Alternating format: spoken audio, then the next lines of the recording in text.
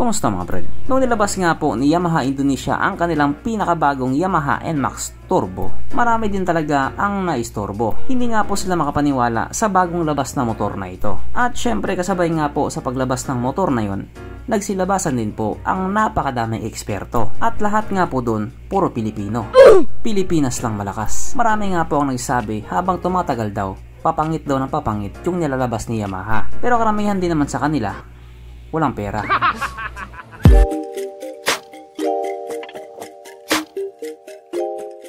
Pero syempre bago tayo magpatuloy, kung bago ka pa lamang napadpad dito sa aking walang kwentang channel, huwag ka na mag-subscribe. So yun na nga, same scenario kada may bagong labas na motor or kada may bagong nilalabas na motor.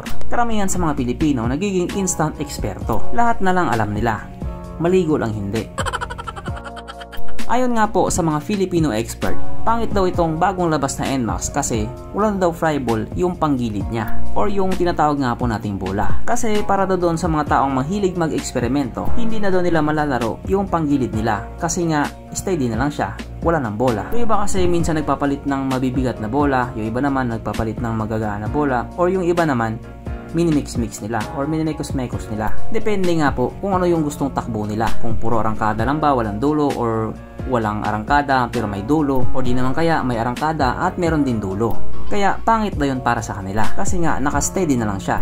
Pero para naman doon sa mga taong stock is good, aka walang budget, mas pabor daw sa kanila ito na wala na siyang bola. Kasi nga daw less maintenance daw ito. Kaya daw nila ilang buwan na walang bukasan. Mas makakatipid daw sila kapag ganun.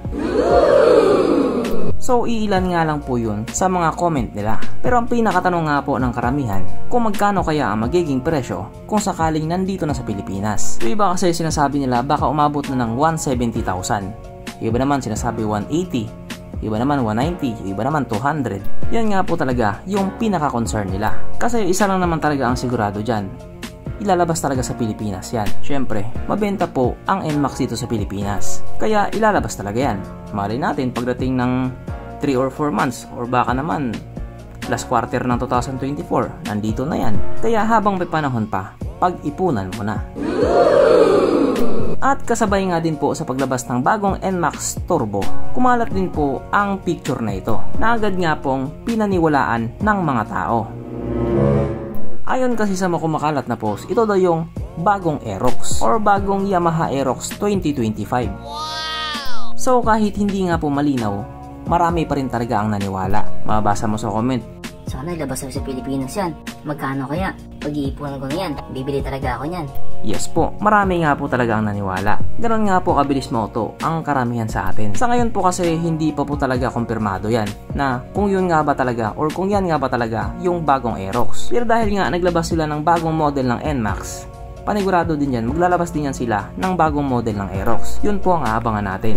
At dito nga po sa picture na to, kung titingnan natin yung itsura niya, may pagka-Aerox naman talaga siya. Pero kitang-kita din naman or halata din naman na ginawa lang talaga siya. Or mayroong isang magaling na taong gumawa ng isang bike concept tapos ganyan yung nabuo niya. Tapos inuto niya yung iba at nagpa-auto naman sila.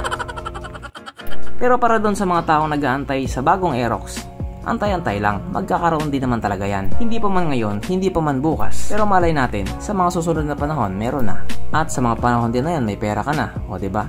Tamang-tama lang talaga. So hanggang dito na lang muna mga brad. Kung may gusto kong sabihin or gustong idagdag doon sa mga sinabi ko, mag-comment ka na lang sa baba. Okay, bye.